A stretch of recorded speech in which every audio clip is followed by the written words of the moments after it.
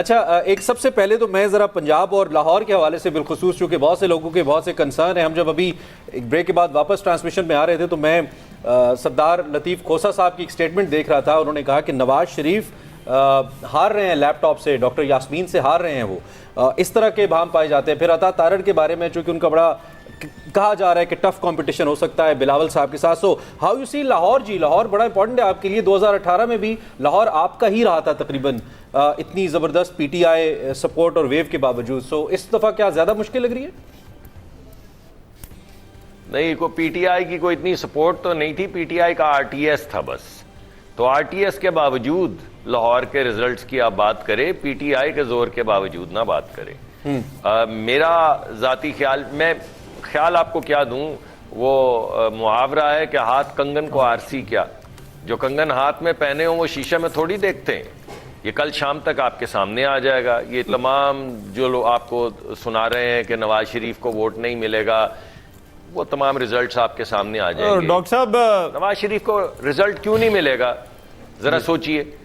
یعنی آپ نے نواز شریف کو 24 سال میں ایک الیکشن لڑنے کی اجازت دی 2013 کا. 2002 میں باہر، 2008 میں باہر، 2013 میں آئے، 2017 میں باہر، پھر 2018 میں باہر.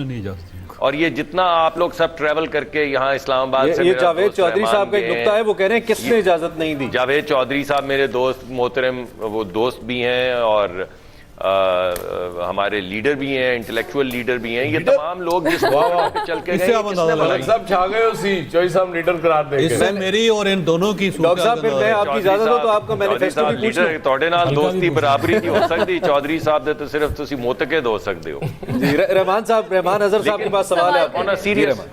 نہیں، میں تو ڈاکٹر صاحب سے اب کیونکہ ڈاکٹر صاحب کا اور ان کا تاثر یہ ہے کہ یہ حکومت میں آ رہے ہیں، اس لیے میرا خیال ہے ان سے اجازت لینی چاہیے سوال پوچھنے کی. میں سوال پوچھنے کی میں جسارت کر رہا ہوں، لیکن ڈاکٹر صاحب یہ معاف کر دیں، مجھے اتنے احترام میں صرف بات مکمل کر لینے دیں تو بڑی مہربانی. ساتھ ساتھ احترام بھی کریں گے، ساتھ ساتھ دیکھیں. اب آپ کو تو آپ تو کہہ رہے ہیں آپ حکومت میں آ رہے ہیں، تو اس لیے ہم ذرا احتراماً آپ سے اجازت لے کے سوال پوچھ رہے ہیں کہ پی ایم ایل این نے کیا سوچا ہوا ہے، کتنا کے نمبر ہے سیٹس کا؟ کیا 100 کراس کر لے گی P M L N national assembly کی سیٹس؟ جی میں ذرا اگر آپ کی اجازت ہو تو 30 سیکنڈ میں پرانی بات مکمل کروں، پھر آپ کی بات پہ آتا ہوں. دیکھیے میرا یہ خیال ہے کہ میں آپ سے کہنا یہ چاہ رہا تھا کہ 4 سال جو میاں نواز شریف کیا اس میں کیا ہوا. اس میں 1000 کلومیٹر کی موٹر ویز بنی، 6 سے 7 ہزار کلومیٹر کی فارم ٹو مارکیٹ روڈز، جن کو وہ کیا تھا، پکیاں سڑکاں، سوکھے پینڈے. یہ تمام دانش سکول جو ایچ ایس این کالج ہیں غریب آدمی کے. پنجاب کے اندر ہر ڈسٹرکٹ کا ہسپتال جو ہے اس کے اندر سی ٹی اسکین. 12 سے 14 ہزار میگا واٹ بجلی، یعنی 12 سے 14 گھنٹے لوڈ شیڈنگ ہوتی تھی شہروں میں اور 18 سے 20 گھنٹے لوڈ شیڈنگ ہوتی تھی گاؤں میں. وہ سب ختم ہو گئی، تیسرے سال کے اینڈ میں ختم ہو گئی. اور 1.2 بلین کیوبک فٹ کے گیس کے کارخانے.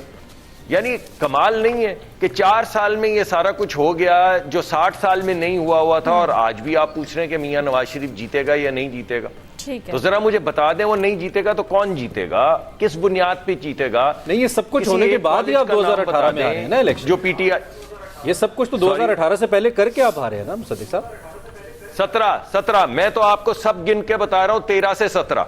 تو میاں نواز شریف کا آپ نے موازنہ کیا کہ لگتا ہے میاں نواز شریف ہار جائیں گے. اور میں آپ سے پوچھ رہا ہوں بھائی جان کہ میاں نواز شریف ہار جائیں گے تو یہ تمام کاروائی جو میں نے آپ کے سامنے رکھی ہے اس کے باوجود ہار جائیں گے تو کون جیتے گا؟ آپ ایک کالج کا نام بتا دیں. 1000 کلومیٹر نہیں، کوئی 30 کلومیٹر کی موٹر وے بتا دیں. یعنی کچھ تو بتائیں کہ کیا کیا آپ نے. کو موٹر وے بنا دی آپ نے، اسکول بنا دیے آپ نے، یونیورسٹیز بنا دی آپ نے، کالج بنا دیے آپ نے، دانش اسکول بنا دیے آپ نے، سی ٹی اسکین لگا دیے. یعنی ایک پروگرام صحت کا تھا جو ہم نے بھی شروع کیا اور کے پی نے بھی شروع کیا، اور آپ نے اس پروگرام کا سٹرکچر ایسے کیا کہ پروگرام ہی بینکرپٹ کر دیا. یعنی پہلے وہ غریب کے کم از کم فنڈڈ پروگرام تھا اور ہر غریب کو سہولت مل رہی تھی صحت کی. آپ نے ایک انفنڈڈ گلوبل پروگرام اناؤنس کرنے کے بعد اس کو بینکرپٹ کر دیا. اب ہر ایک کے گلے کے اندر یہ بات ہے کہ آپ کھینچ بھی نہیں سکتے، واپس بھی نہیں دے سکتے تحفہ جو دے دیا. اور بالکل اس طرح جیسے وہ سستی پیٹرول والا ٹھیک تحفہ ہے، تھا. آپ ایک تو وہ رحمان والے سیٹ والے سوال کا جواب دے دیجیے گا، اور دوسرا پھر اس کا مطلب ہے کہ آپ یہ چاہتے ہیں کہ تاثر قطعی بائی نہ کیا جائے، ساڑی گل ہو گئی ہے والا، یہ نہیں، یہ بائی نہ کیا جائے، صرف پرفارمنس کو بائی کیا جائے، آپ یہ کہہ رہے ہیں؟ دیکھیں پاکستان کے اندر جس طرح کی سیاسی تاریخ ہے وہ کسی سے ڈھکی چھپی تو نہیں ہے، اس پہ میں کیا تبصرہ کروں. اگر آپ کو گلہ کوئی ہے اس وقت الیکشن کمیشن سے تو آپ ضرور کریں، اگر آپ چاہیں گے تو میں بھی آپ کے ساتھ کسی نہ کسی چیز پہ متفق ہو گیا تو چلا جاؤں گا، لیکن ہم تو الیکشن کمیشن نہیں ہے نا بھائی. صحیح. ہم تو عبوری حکومت نہیں ہے. ٹھیک ہے. ہم تو سپریم کورٹ نہیں ہے. صحیح. آپ سپریم کورٹ کے، عبوری حکومت کے یا الیکشن کمیشن کے سوالات مجھ سے پوچھیں گے تو میں بھی آپ کی طرح اسی طرح دیکھوں گا جیسے آپ میری طرف دیکھ رہے ہیں. یعنی مجھ سے آپ یہ سوال پوچھ رہے ہیں کہ یہ عبوری حکومت میں کیا ہو رہا ہے، میں اس پہ کیا تبصرہ کروں. اس وجہ سے میں آپ سے یہ کہہ رہا ہوں کہ جو پرفارمنس ہم نے دی ہے ٹھیک ہے، اسی پرفارمنس کو عوام کے سامنے رکھ رہے ہیں، اسی بنیاد کے اوپر ہم ان سے اور اجازت کے ساتھ اگر اس کا پھر جو عبوری حکومت میں ہو رہا ہے اس کو اگر آپ اون نہیں کرتے تو اس کا مطلب ہم یہ بھی سمجھیں کہ کل اگر آپ آ جائیں تو آپ کے آنے کے بعد یہ سب کچھ نہیں ہوگا جو اس وقت ہو رہا ہے، آپ یہ بھی کہہ رہے ہیں؟ جی میں تو ہمیشہ سے سمجھتا ہوں کہ ہمارے وہ رانا ثناء اللہ کی گاڑی کے اندر ہیروئن ڈال دی جس کی سزا موت ہے، موت ہے اس کی سزا. یعنی 15-20 کلو ہیروئن ڈال دی، روک کے گاڑی ہیروئن ڈال دی. تو جس طرح کے ہم جن مظالم سے گزرے ہیں، یہ خواجہ سعد رفیق صاحب 3 سال جیل رہے ہیں، خواجہ سلمان رفیق صاحب 3 سال جیل رہے ہیں، مریم نواز صاحبہ جیل، حمزہ شہباز صاحب جیل، نواز شریف صاحب جیل، شہباز شریف صاحب جیل، کامران مائیکل جیل، خواجہ آصف جیل، احسن اقبال جیل، مفتاح اسماعیل، یعنی کوئی بچا تھا جو جیل نہیں گیا؟